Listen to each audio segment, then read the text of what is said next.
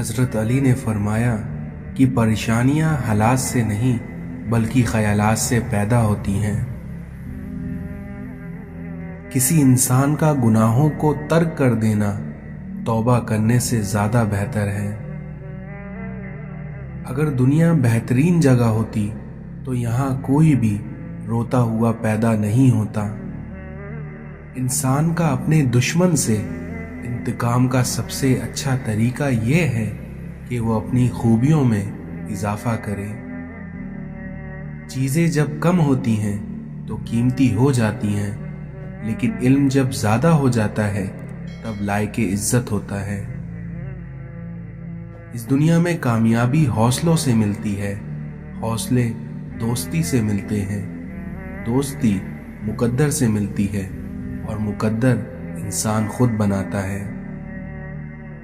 جو شخص موت کا منتظر ہے وہی شخص تیزی سے نیکیوں کی طرف دوڑتا ہے۔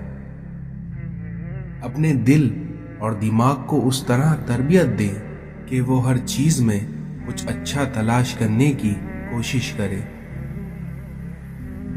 کچھ باتوں میں وضاحت بہت ضروری ہوتی ہے، ورنہ چپ کا زہر ہمیشہ کے لیے کچھ رشتوں کو اپاہج بنا دیتا ہے۔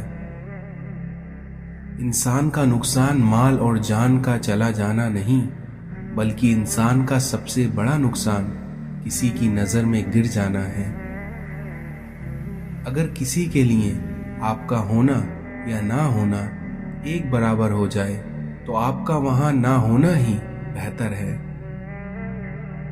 لوگوں کو اچھا سمجھنا چھوڑ دو، کیونکہ لوگ اندر سے وہ نہیں ہوتے جو باہر سے دکھائی دیتے ہیں۔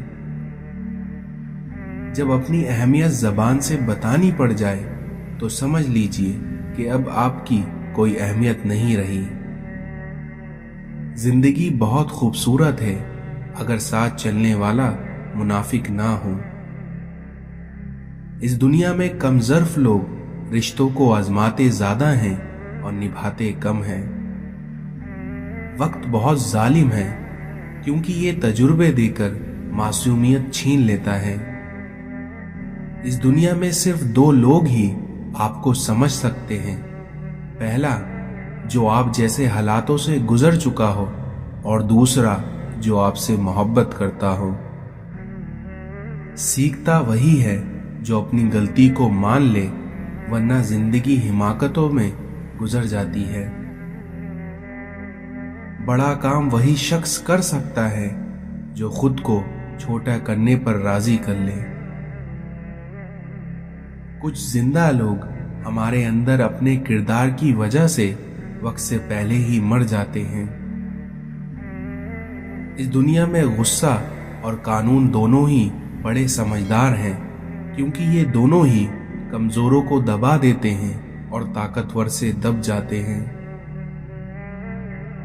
کچھ زخم انسان کے کبھی بھی نہیں بھرتے، لیکن بس انسان ان کو چھپانے کا سلیقہ سیکھ جاتا ہے۔ اللہ کی اطاعت میں مر جانا اس زندگی سے بہتر ہے جو اللہ کی نافرمانی میں بسر ہو۔ سچ بات کہنے کی عادت ڈالو، چاہے وہ کتنی ہی کڑوی کیوں نہ ہو۔ مشکلات سے دوستی رکھیں، آسانیاں آپ کی غلام ہوں گی۔ اگر کوئی بلا وجہ آپ کا دشمن بن جائے تو آپ مان لیجئے کہ آپ میں کچھ خاص ہے جس کی وجہ سے سامنے والا حسد کا شکار ہوا ہے۔ حق اور حقیقت کو تلاش کرنا پڑتا ہے، کیونکہ افواہیں تو گھر بیٹھے ہی آپ تک پہنچ جاتی ہیں۔ اس دنیا میں نیک بننے کے لیے ایسے ہی کوشش کرو جیسے تم خوبصورت دکھنے کے لیے کرتے ہو۔ رسول اللہ صلی اللہ علیہ وسلم نے فرمایا، آسانی پیدا کرو، تنگی نہ پیدا کرو، اور لوگوں کو تسلی دو، نفرت نہ پیدا کرو۔ مومن کا مرض اس کی خطاؤں کا کفارہ ہوتا ہے۔ رسول اللہ صلی اللہ علیہ وسلم نے فرمایا، اپنے مریضوں کا علاج صدقے سے کیا کرو۔ کسی کے جذبات کو اتنا چوٹ نہ پہنچاؤ کہ آپ کا خیال جب بھی اسے آئے تو اسے تکلیف ہو۔ اس دنیا میں وقت ایک سا نہیں رہتا، کیونکہ جو لوگ رلاتے ہیں انہیں ایک نہ ایک دن خود بھی رونا پڑتا ہے۔ رسول اللہ صلی اللہ علیہ وسلم نے فرمایا، جو درجہ خاموشی کی وجہ سے انسانوں کو ملتا ہے وہ اس کی 60 برس کی نفلی عبادت سے بہتر ہے۔ اس دنیا میں لفظوں کے زخم جھیلنے کے بعد بھولنے کا فن یا تو پاگل کو آتا ہے یا پھر کامل کو آتا ہے۔ جن کے ساتھ زندگی گزارنی ہو ان میں نقص نہیں تلاش کیے جاتے۔ کسی کی غلطیاں دل میں رکھنے کے بجائے درگزر کرو، کیونکہ تم بھی اپنے پروردگار سے یہی امید رکھتے ہو۔ جب تم آزمائش سے گزر کر اللہ کی رضا میں راضی ہونا سیکھ لیتے ہو، تب اللہ بھی تمہاری ہی چاہت مکمل کرنے کے لیے راضی ہو جاتا ہے۔ انسان مایوس اور پریشان تب ہوتا ہے جب وہ اپنے اللہ کو راضی کرنے کے بجائے لوگوں کو راضی کرنے میں لگ جاتا ہے۔ ہمیشہ چھوٹی چھوٹی خوشیوں کا استقبال کیا کرو، کیونکہ انہی کے پیچھے مقبولیت چھپی ہوتی ہے۔ نفرت گناہ سے کرو، گناہ گار سے نہیں، کیونکہ شاید تمہارا اس سے محبت کرنا اس کو اس گناہ کرنے سے چھڑا دے۔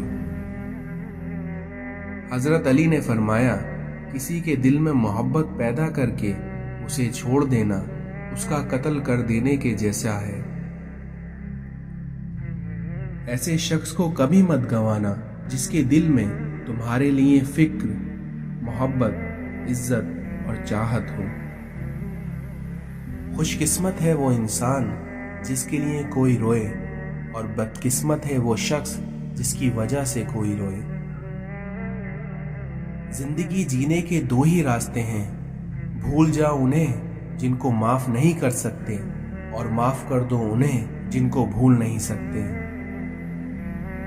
اپنے جسم کو ضرورت سے زیادہ مت سنوارو، کیونکہ اسے مٹی میں مل جانا ہے۔ اگر سنوارنا ہی ہے تو اپنی روح کو سنوارو، کیونکہ اسے اپنے رب کے پاس جانا ہے۔